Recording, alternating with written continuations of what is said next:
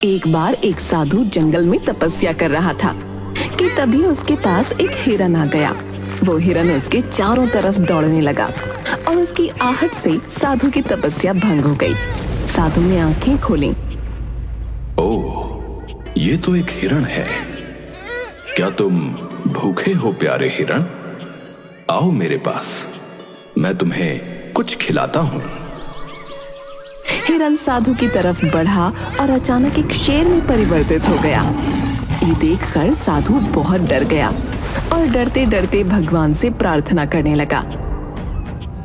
हे भगवान, ये क्या माया है? कहीं ये शेर मुझे, हे भगवान मेरी रक्षा करें, मुझे इस माया से बाहर निकालें। शेर ने साधु की तरफ छलांग लगाई। साधु घबराकर जमीन पर गिर पड़ा, लेकिन तभी वो शेर गायब हो गया और सामने जादूगर हीरा प्रकट हुआ, जो कि दहाड़े मारकर हंसने लगा। ये देख साधु को बहुत गुस्सा आया। क्या हुआ बाबा, डर गए? लोग तो आपको बड़ा महान समझते हैं, पर आप तो बड़े डरपोक निकले। एक मामूली शेर से डर गए आप।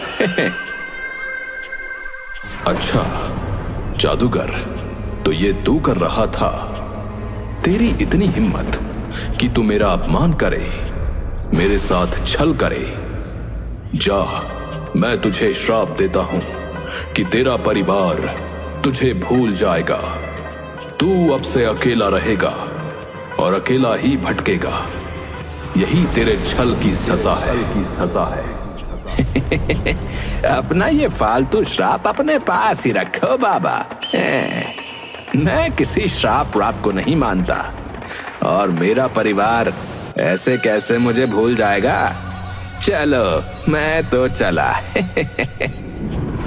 जादूगर ने साधु की बात को बिल्कुल गंभीरता से नहीं लिया और वो अपने घर पहुंचा, पर वहां सचमुच उसकी पत्नी और बेटी ने उसे नहीं पहचाना। ये देख जादूगर परेशान होता हुआ भगवान से बोला, हे भगवान, मेरी पत्नी तो मुझे सचमुच भूल गई और घर में भी घुसने नहीं दे रही। इसका मतलब उस साधु का श्राप सच हो गया है। मुझे ये सब सही करने उसके पास ही जाना पड़ेगा। जादूगर वापस उस साधु के पास जाकर उसके पैरों में गिर गया और उससे बहुत माफी मांगी। बहुत देर माफी मांगने के बाद साधु ने उससे कहा, मैं अपना श्राप तो वापस नहीं ले सकता, लेकिन श्राप को तोड़ने का एक तरीका बता सकता हूं। तुमने मेरे साथ छल किया था, तो छल के विपरीत अब तुम्हें एक ऐसा व्यक्ति ढूंढना होगा जो इस राज्य में सबसे ज्यादा ईमानदार हो। जब वो व्यक्ति तुम्हारे बीवी बच्चों को बताएगा कि तुम उनके क्या हो, तब उन्हें सब याद आ जाएगा। बाबा इसमें तो काफी वक्त लग जाएगा।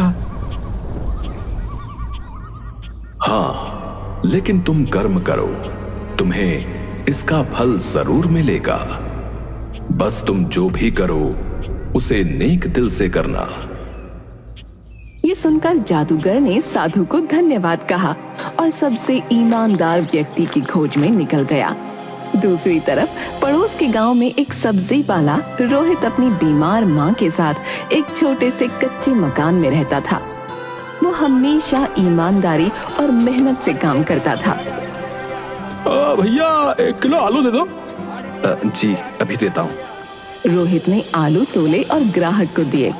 ग्राहक गलती से ज्यादा पैसे देकर चला गया, लेकिन रोहित तुरंत ही ग्राहक को आवाज देकर कहता है,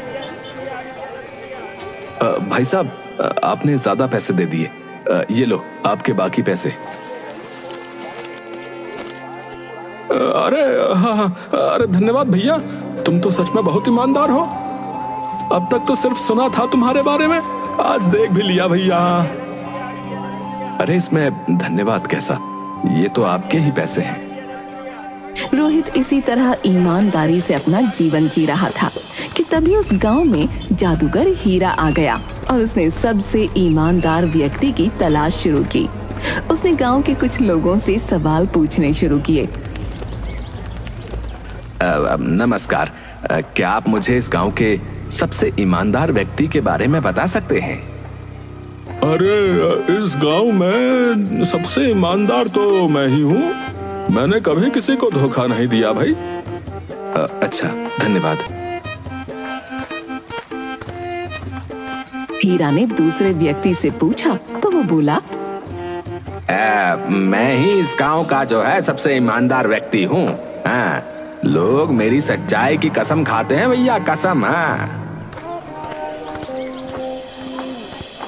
हर कोई खुद को सबसे ईमानदार बताने में लगा हुआ था। जादूगर हीरा को सही उत्तर नहीं मिल पा रहा था। आखिरकार वो रोहित के पास पहुंचा। नमस्ते। क्या आप मुझे इस गांव के सबसे ईमानदार व्यक्ति का पता दे सकते हैं? नमस्ते भैया। देखिए, इस गांव में सभी लोग ईमानदार हैं, लेकिन एक बात कही जाती है ना कि ईमानदार वही है जिसे बेईमानी का मौका नहीं मिला। इसलिए अंदर की सच्चाई तो भगवान ही जानता है। रोहित का ये उत्तर सुनकर जादूगर हीरा सोच में पड़ गया। ये तो बिल्कुल सही बात कह रहा है। असली ईमानदारी का पता तब चलता है जब किसी को बेईमानी का मौका मिले और वो फिर भी सच्चाई का साथ दे। मुझे इन लोगों की ईमानदारी की परीक्षा लेनी होगी। जादूगर हीरा ने उन लोगों की परीक्षा लेने के लिए रात के अंधेरे में अपने जादू से गांव के बीचों बीच एक जादुई पेड़ बनाया। अगली सुबह जब गांव वालों ने उस पेड़ को देखा तो वो हैरान रह गए। अरे, ये पेड़ तो यहाँ कल रात तक नहीं था। ये कैसे आ गया भैया? ये पेड़ तो बड़ा ही अजीब सा लग रहा है कि नहीं? सुनो गांव वालों, मैं एक जादुई पेड़ हूँ। तुम लोग आज भर मुझसे कोई भी एक मनोकामना मांग सकते हो। तुम्हें वो सब मिलेगा जो तुम चाहोगे, पर कल मैं गायब हो जाऊंगा। अरे अरे बाप रे! अरे भैया! अरे जादुई पेड़! पहले तो गांव वाले डरे और फिर एक एक करके धागा लेकर आने लगे और पेड़ के तने पर बांधते हुए अपनी मनोकामनाएं मांगने लगे। लेकिन रोहित वहां नहीं आया। अरे, अब रोहित कहाँ है? वो क्यों नहीं आया मनोकामना मांगने? सुना है रोहित के घर आज लड़की वाले आए हुए हैं। शायद वो उनसे मिलने में व्यस्त है। रोहित अपने घर पर ही था जहां लड़की वाले उसे देखने आए हुए थे, लेकिन यहाँ भी उसकी किस्मत अच्छी नहीं थी। माफ करिएगा बहन जी, पर मैं ऐसे घर में रिश्ता नहीं कर सकती जहाँ सिर्फ 2 सदस्य हों और उसमें भी एक बीमार हो और ऊपर से आपका बेटा गरीब भी है। इसलिए आप हमें माफ करें। अरे, ये आप क्या बात कर रही हैं? मेरा बेटा बहुत संस्कारी और ईमानदार है। ये तो देखिए, संस्कारों से घर नहीं चलते। ये बोलकर लड़की वाले चले जाते हैं और रोहित का दिल टूट जाता है। मुझे माफ कर दे मेरे बच्चे, मेरे चक्कर में तेरी शादी भी नहीं हो पा रही। इससे अच्छा तो भगवान मुझे उठा ले। अरे माँ, कैसी बातें कर रही हो? शुभ शुभ बोलो। अरे रोहित, तुम्हारे जीवन में इतने कष्ट हैं, तो तुम जादुई पेड़ पर मनोकामना मांगने क्यों नहीं गए? तुम कौन हो भैया? तुम्हारा शुभ चिंतक हूं। चलो चलकर मनोकामना मांगो।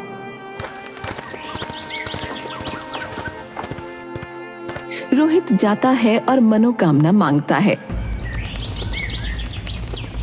लेकिन अगले दिन गांव में कुछ अजीब हुआ। लोगों की मनोकामनाएं गलत हाथों में पहुंच गईं। किसी ने धन मांगा था, लेकिन उसे किसी और के पास भेज दिया गया। किसी ने सोना मांगा था, लेकिन वो किसी और को मिल गया।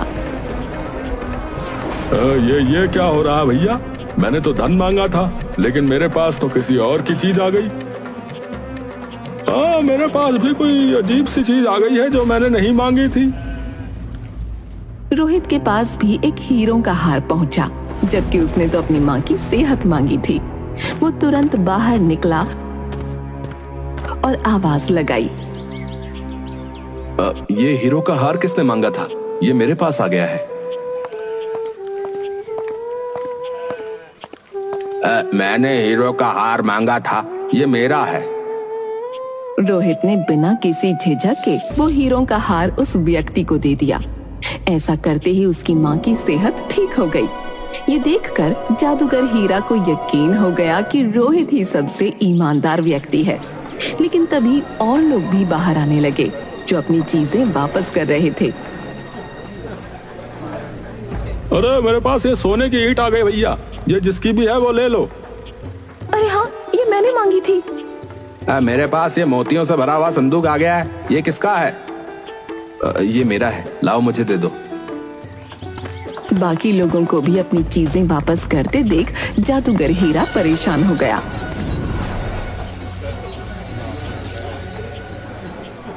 हे भगवान, ये क्या चल रहा है? मुझे तो लगा था कि रोहित ही सबसे ईमानदार व्यक्ति है, पर यहाँ तो और लोग भी अपनी चीजें वापस कर रहे हैं। अब कैसे पता चलेगा कि सबसे ईमानदार कौन है?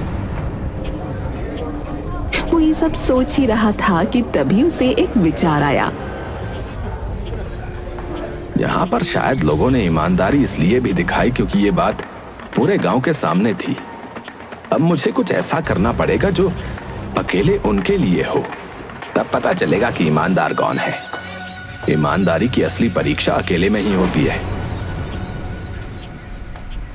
ये सोचकर जादूगर हीरा उन सभी लोगों के घर पर एक जादू करता है जिन्होंने अपना सामान लौटाया था।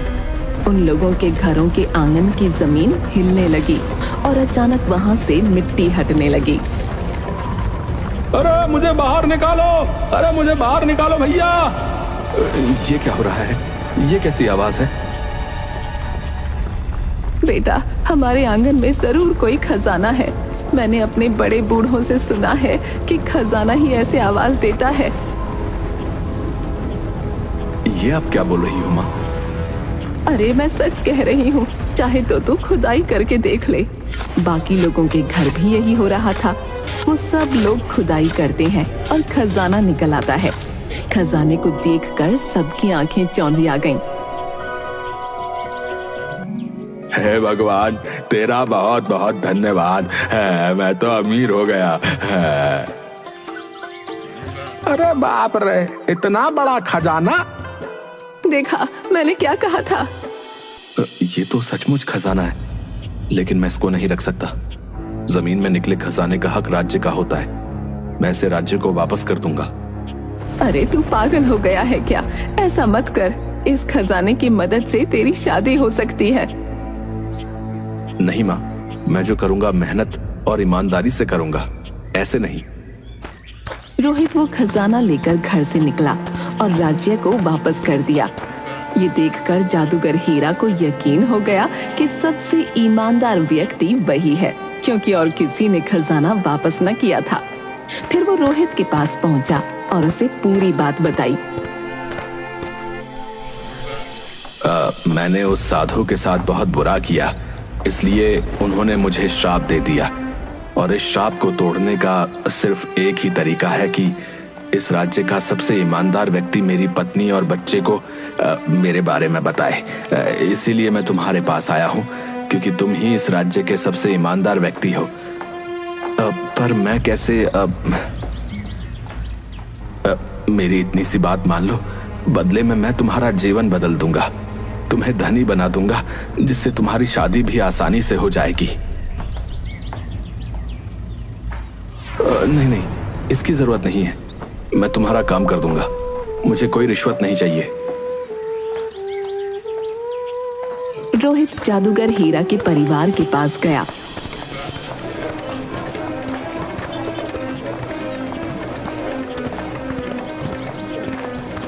और उन्हें सच्चाई बताई।